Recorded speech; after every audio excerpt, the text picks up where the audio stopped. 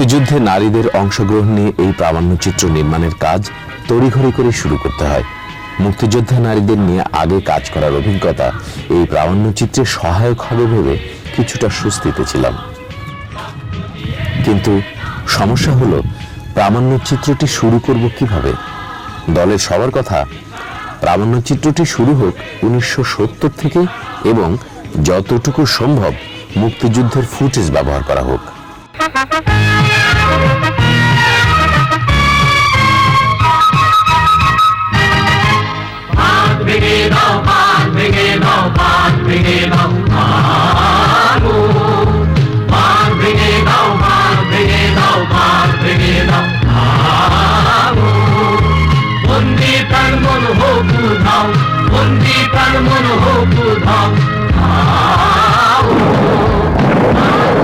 তৎকালীন সময় আমি কি বলবো, হাজার করাও না লাখে একটা মেয়ে আসাও তৎকালীন সময় সামাজিক প্রেক্ষাপটে লাখে একটা মেয়ে আসারও কিন্তু কথা ছিল না। সেই হিসাবে অনেক বেশি পরিমাণ মহিলা দিয়ে ওই সময় অংশগ্রহণ করেছেন এবং তাদের প্রত্যেকেই বিভিন্নভাবে আসার সময় যুদ্ধ করে আসতে হয়েছে, যুদ্ধকালীন সময় তাদের বিভিন্নভাবে যুদ্ধ করে টিকে থাকতে হয়েছে, যুদ্ধ পরবর্তী সময় তাদের বিভিন্নভাবে যুদ্ধ করে যে টিকে যেতে পারলেন তিনি পারলেন, আর যে পারেননি সে একেবারেই শেষ হয়ে গেছেন, হারাই গেছেন।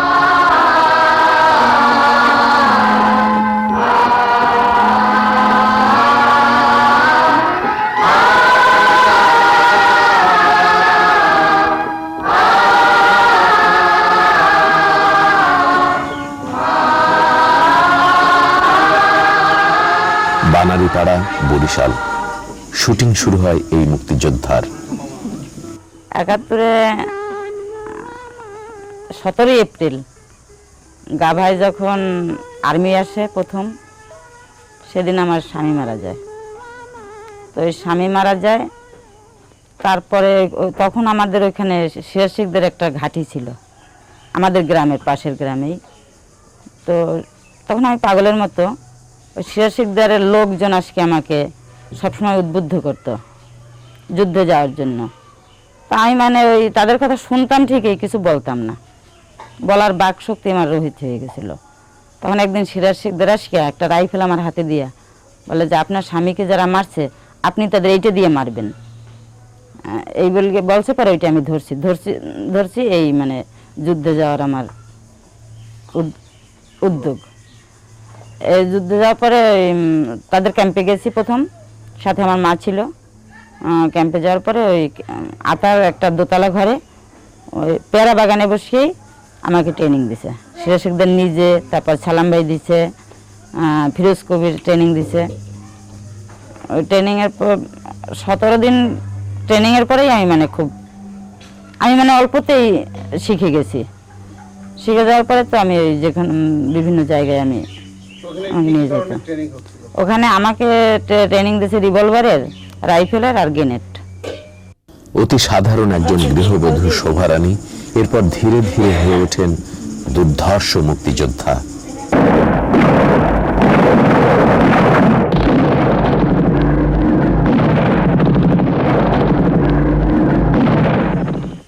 কুড়িয়ানায় গানবোর্ড নিয়ে আর্মি ঢুকছে, ঢুকে একটা বাড়ি থেকে 2টা মেয়ে তুলে নিয়ে যাইতেছে গানবোটে। ওই খবরটা পাওয়ার পরে ওখানে আসলাম। আজকে একটা আম গাছের আড়ালে দাঁড়াইয়া ওই গানবোটটা কাছাকাছি আসছে, পরে একটা গ্রেনেড ছুড়লাম পরে গানবোটটা ডুবে গেল। তখন ওই 3 জন ছিল পাক আর্মি, 2 জন ছিল বাঙালি পশু আর 2টা মেয়ে। তো বাঙালিরা তো সাঁতরাই ঠিক আছে, পাক আর্মিরা ওই সাঁতরাইতে পারে না, হাবুডুবু খাচ্ছে। আমার দলের লোক ওদের নিয়ে উঠাইয়া একেবারে পেয়ারা বাগানে নিয়ে যাই, ওখানে বসে কুচাইছে সোজা। পাকছে না, আমি 10 জন মারছি, ওই 3 জন আমি মারছি, কেউ মারতে দিইনি। আমি মারার পরে ওরা কোপাইছে। সাজকে একটা খণ্ডযুদ্ধ হয়েছিল, সেখানে মারছি 2 জন, সেখানে 12-14 জন মারা গেছিল, সেখানে মারছি 2 জন। এরপর তিনি বলেন যুদ্ধের আরো এক ভয়াল স্মৃতির কথা। যখন পেয়ারা বাগান আক্রমণ হইল, তো রাত্রে পালাইতে যাই ওই জলাবাড়ি নদীটা, খালটা নদী, জলাবাড়ি সাতরাইয়া উপর গেছি, তখন একটা লাশের উপর ভর দিয়ে আমরা সাতরাই গেছি। একটা লাশের উপর হাত ছিল আমার, এক হাত ছিল লাশের উপরে আর এক হাতে ছিল রাইফেল ধরা। তো সাতরাই উপরে গেছি, উপরে উঠে মানে সেখানে অনেক অত্যাচার হয়েছে। এখন ওই এক মহিলা বলতেছে, আপনারা কারা, আমার মা, আপনারা এদিকে আসবেন না, আমি অসহায় অবস্থায় আপনারা এদিকে আসবেন না। তখন আমার কাপড় খান খুলে আমি আমি বলছি আমি মেয়ে, আমি আসলে কোনো ক্ষতি হবে না। আমি গেছি, যাই খারাপ অবস্থায় দেখে আমার কাপড় খান খুলে তারে দিয়ে পরাইয়ে তারপরে আমরা সেখান থেকে হাঁটকে যাইয়া এক মেম্বারের বাড়িতে উঠে মেম্বার আমাকে দেখে পলাইছে, এই মেম্বারের বাড়িতে উঠে সেইখানে যাই আমি কাপড় পরি, এমনি ছায়া ব্লাউজ পরানো ছিল, সেখানে যাই আমি কাপড় পরি। স্বাধীনতার বেশ কবছর পর শোভারানী মণ্ডল শাহানারা পারভিন হয়ে বিয়ে করেন। স্বামী আর 2 সন্তান নিয়ে সুখী এই যোদ্ধাকে তার প্রথম স্বামী নিহত হবার ঘটনা এখনো তাড়া করে ফেরে।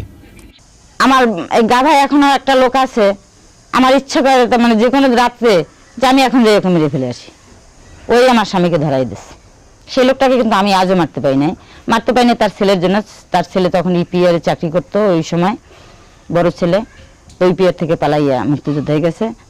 ও আমাকে অনুরোধ করছে, আমার হাতে পায়ে ধরে, ভাবি আমার বাবার প্রাণটা ভিক্ষে দেন। একজন মুক্তিযোদ্ধা যদি একজন মুক্তিযোদ্ধার কাছে কিছু চায় তো দিতে হয়।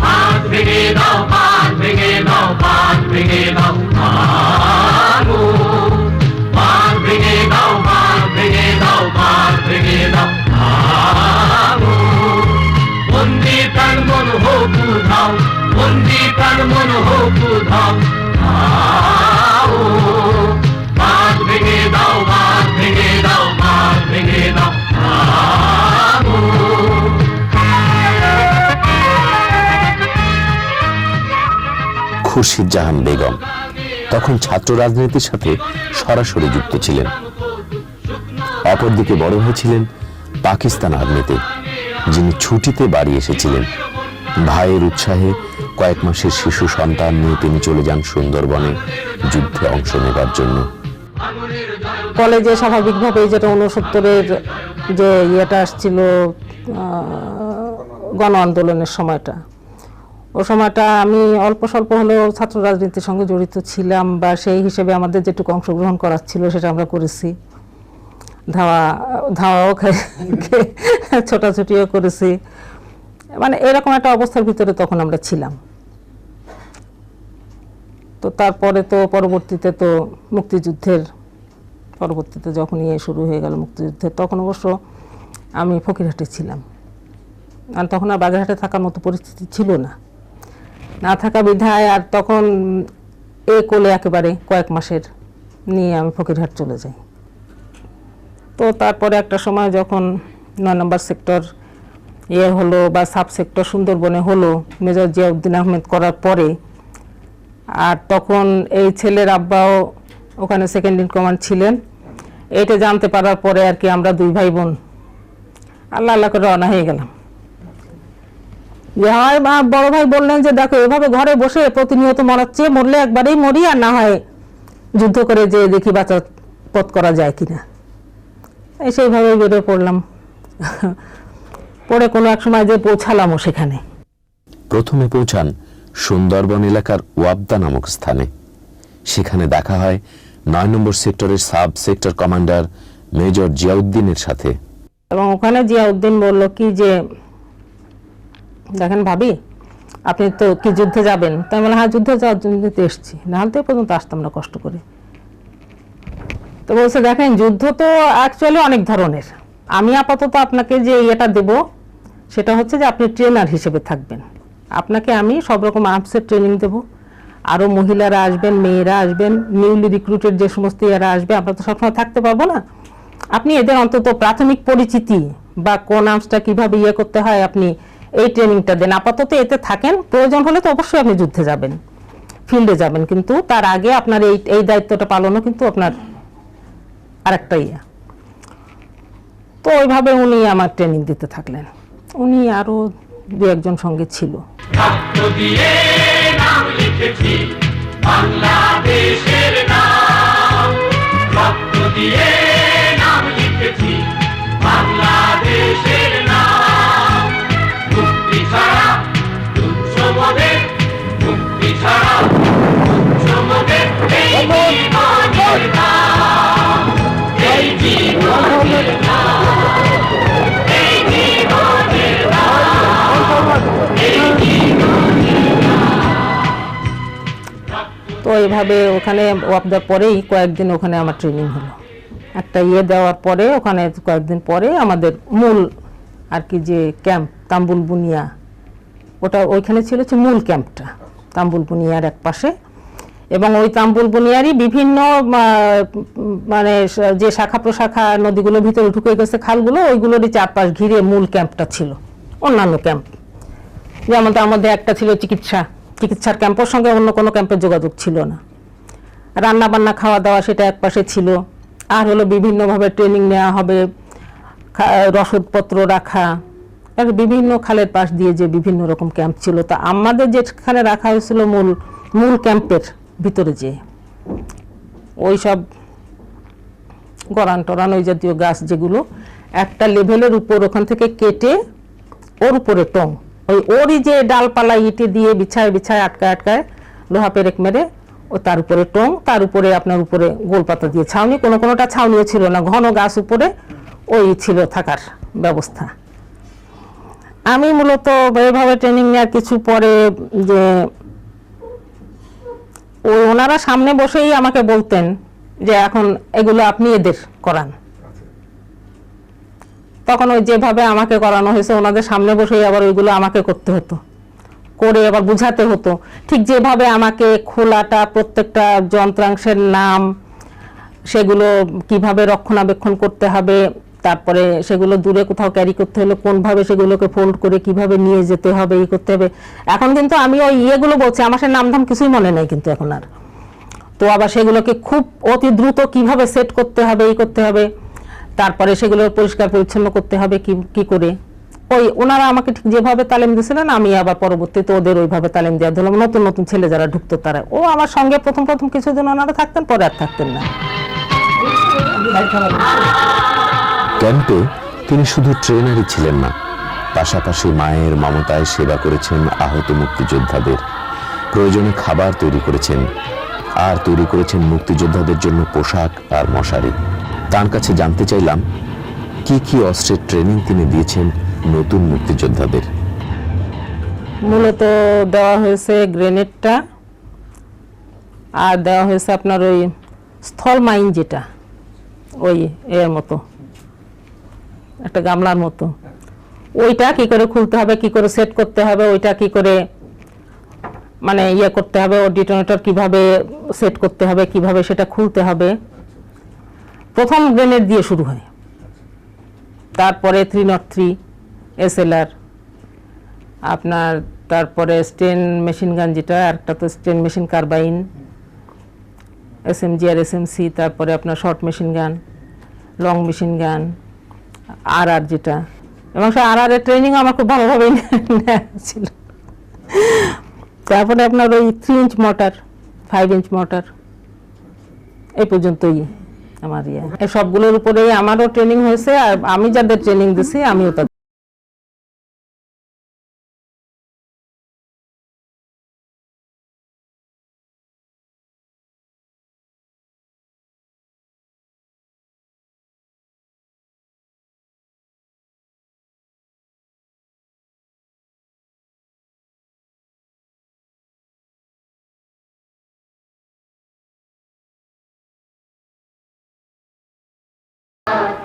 এরপর আমরা যাই আশালতা বৈদ্যের কাছে।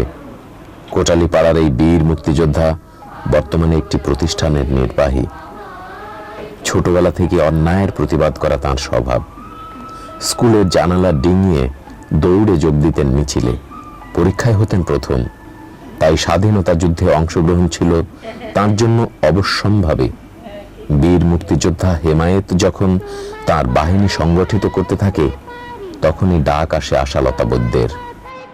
এপ্রিলের শেষের দিকে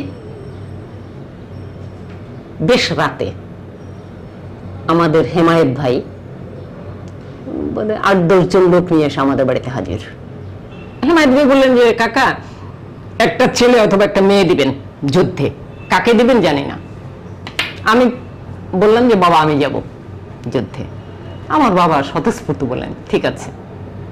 ওই দিনই রাত্র 3টের সময় হেমায়েত ভাই বললেন যে তুমি তোমার মতো করে আরো কয়েকটা মেয়ে গোছাও, আমি তোমাদেরকে প্রশিক্ষণ দেব। আমি তো সকালবেলা দৌড়ঝাঁপ শুরু করলাম, অন্তত আমার ক্লাসমেট মেয়েগুলো পাই নাকি বা স্কুলের। তো মেয়ে গুছাইতে গিয়ে পেয়ে গেলাম বোধহয় 16 জন আমি গুছাইয়ে ফেললাম একদিনে। এর মধ্যে হেমায়েত ভাই 16 জনের খবর পাইয়া উনি আবার দল নিয়ে আসলেন ভাঙ্গারহাট এলাকায়, এসে টিটি হাই স্কুলে একটা মিটিং করলেন। সেই দিন হলো আমাদের 32 জন, 32টা মেয়ে নিয়ে উনি প্রথম উদ্বোধন করলেন যে হ্যাঁ, এবং এটা হবে মহিলা ক্যাম্প। তো ওই ক্যাম্পটা উনি করলেন লেবুবাড়ি প্রাইমারি স্কুলে।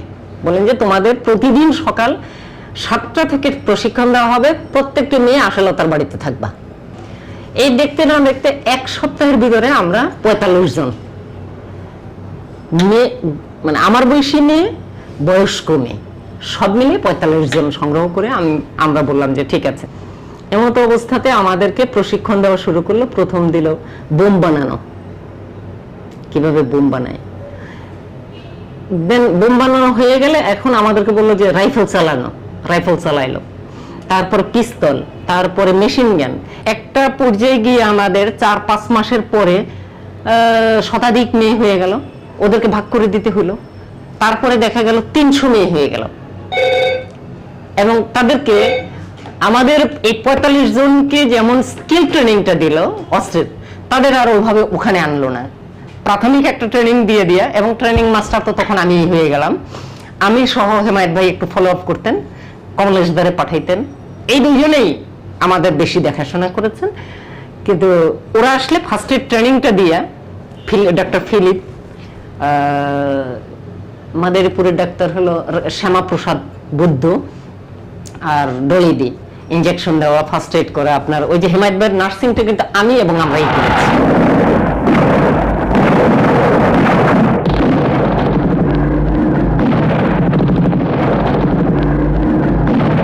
আগের দিন রাত্র 9টা-10টা আনুমানিক, মানে গ্রামের বাড়িতে তো গভীর রাত হয়ে যায়।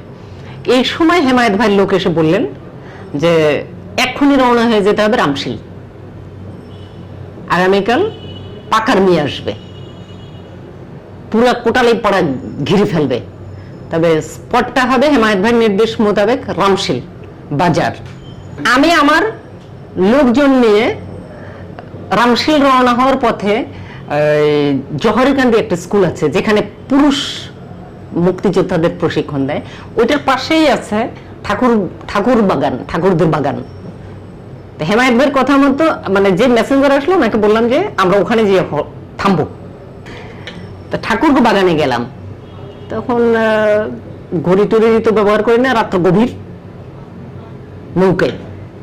এর মধ্যে ওই হেমায়েত ভাইয়ের বাঁশির শব্দ শুনলে বুঝতাম আমাদেরই হেমায়েত ভাই এসে গেছে। আমি আবার পাল্টা বাঁশির শব্দ দিলাম, হেমায়েত ভাই ঢুকে গেলেন। ওনাকে বললেন যে তোমরা এই যুদ্ধে মাত্র তোমরা শ্রেষ্ঠ 5 জন ঢুকবা, এবং যেমন হেমায়েত ভাই প্রথম যেখানে অ্যাটেন্ড করবে, কমলেশ বেদজ্ঞর একটা প্লট এইভাবে ভাগ করে দিছে যে অমক অমক অমক জায়গা। তো হেমায়েত আর কমলেশের মাঝখানে হলো আমাদের প্লট। হেমায়েতের কথা ছিল যে সন্ধ্যা পর্যন্ত ওখানে থাকতে হবে, কখন আক্রমণ করে বলা যাবে না, এবং খাবার কোনো নেশা তো কারণ নাই, খাবেও না। তো 9টা-10টার দিকে আনুমানিক ওরা এসে গেল, নৌকা আর পর নৌকা, মানে 1000 খানেক নৌকা, এরকম একটা তখনকার ধারণা। মনে হয় 200-300-500 নৌকা আসছে, এবং ওই নৌকার মাঝখানে হলো লঞ্চ। এইটাই হলো পাকারনি, আর সব বাঙালি, আগেও পিছনেও, বুঝতে পারছেন? ওই পাকারনি হলো ওদের সামনে দিয়ে পেছনে রেখে মাঝখানে লঞ্চে আসছে। লঞ্চ, এবং লঞ্চ দেখা গেছে হেমায়েত ভাইয়ের ফাইনাল নির্দেশনা এসে গেছে, ওই যে সামনে নৌকা পেছনে নৌকা, শুধু বোমেই ওরা শেষ, ওদের আর গুলি করতে হয় নাই। বুঝতে পারছেন? ডিঙ্গি ডিঙ্গি নৌকাতে লুট করতে রওনা হয়েছে লুটাররা, হাজার হাজার মানুষ। এরকম মনে হয়েছে তখন খালি একেবারে নৌকা বাইয়ে আসতেছে। এর মধ্যে ওদের তো ওই বোম দিয়ে দিয়ে শেষ, কিন্তু যেই লঞ্চ এসে গেল মাঝখানটায়, বাস আরম্ভ হয়ে গেল মেশিন গান। আমাদের পক্ষ থেকে যখনই তাদেরকে আঘাত করা হলো, তারা আর বসে নেই। তারা কিন্তু সামনের নৌকাগুলো যখন শেষ হয়ে গেছে, তারা পিছনের দিকে টার্ন করছে, লঞ্চ ঘুরে গেছে। লঞ্চ ঘুরলে কি হবে? আমাদের পক্ষ থেকে মেশিন গানের গুলি, বিভিন্ন আরো অন্যান্য অস্ত্র আমাদেরকে শিক্ষা দেয় নাই কি, খুব ভারী ভারী বোম পড়তে শুরু করলো আমাদের পক্ষ থেকে।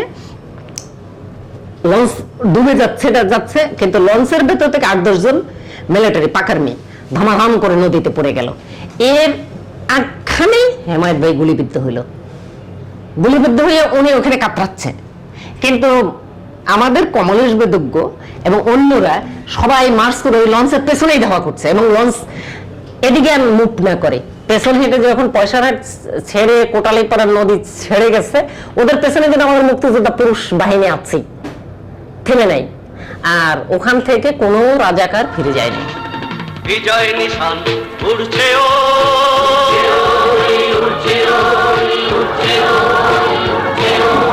বিজয় নিশান উড়ছে ওই খুশির হাওয়ায়, ওই উড়ছে বাংলার ঘরে ঘরে, বাংলার ঘরে ঘরে। বিজয় শেষে কেমন ছিলেন এই সকল মুক্তিযোদ্ধারা? বহু পরিবারেই এইভাবে আমি বলবো যে অনেক পরিবারে, যেমন ধরেন ওই যে বললাম যে প্রাথমিক যে যুদ্ধ করে মেয়ে গেল যুদ্ধে, সেই মেয়ে ফিরে আসার পরে অনেক পরিবারই সেই মেয়ে গ্রহণে অস্বীকৃতি জানাইছে। আবার দেখা গেল অনেক পরিবার আছে সেই মেয়ে গ্রহণ করার ফলে সমাজ তাকে সমাজচ্যুত করেছে। আপনি তো ঘোরেন সারা দেশ, বিভিন্ন জায়গায় যে আপনি বিভিন্ন নজির পাবেন, মানে ফিরে আসার পরে যুদ্ধ শেষ হওয়ার পরে তাদের আবার নতুন করে যুদ্ধ শুরু হয়েছে। সেটা হয় তাদের ঘরে, না হয় তাদের পরিবারের সাথে, না হয় তাদের সমাজের সাথে। স্বাধীনতার সময়ে হেমায়েত বাহিনীর সাথে আমার উঠা বসা ছিল বলে বলছে আমি মুসলমান হয়ে গেছি। এটা বলে সামাজিক চাপের সৃষ্টি করছে। এজন্য আমার বাবা বাড়ির লোকের মুক্তিযুদ্ধ পরবর্তীকালে অনেক কষ্ট করতে হয়েছে, তাদের সমাজচ্যুত পর্যন্ত করছে। আমি বাড়িতে যাব বা গেছি এই শুনলে মানে সমাজ উল্টো পাল্টা হয়ে যেত। বহু অনুষ্ঠানে আমার মাকে ভাইকে দাওয়াত করেনি। এখন অবশ্য আমার নিজের কর্মদক্ষতা, আমার নিজের গুণে বাবার বাড়ির সমাজেও আমি একজন। সব শেষে সবার কাছে জানতে চেয়েছিলাম কেন মুক্তিযুদ্ধে যোগ দিয়েছিলেন। আমার দেশের প্রয়োজন, আমার যুদ্ধ করার প্রয়োজন ছিল, যুদ্ধ করেছি, দেশ স্বাধীন হচ্ছে, এনাফ। দেশ উদ্ধার করার জন্য, দেশকে শত্রুমুক্ত করার জন্য। করতে পারিনি, শত্রু আছেই। জনতার সংগ্রাম চলবে, জনতার সংগ্রাম চলবে, আমাদের সংগ্রাম চলবে চলবে, জনতার সংগ্রাম চলবে, জনতার সংগ্রাম চলবে। এই প্রামাণ্যচিত্রে মুক্তিযুদ্ধের বিভিন্ন ছবি ব্যবহার করার সময় মুক্তিযোদ্ধা নারীদের ছবি একরকম পাইনি, যা পেয়েছি তাই এই ছবিতে ব্যবহার করা হয়েছে। এর জন্য আমাদের ক্ষমা চাওয়া দরকার আছে কি? গণযুদ্ধ চলবে চলবে, জনতার সংগ্রাম চলবে, জনতার সংগ্রাম চলবে।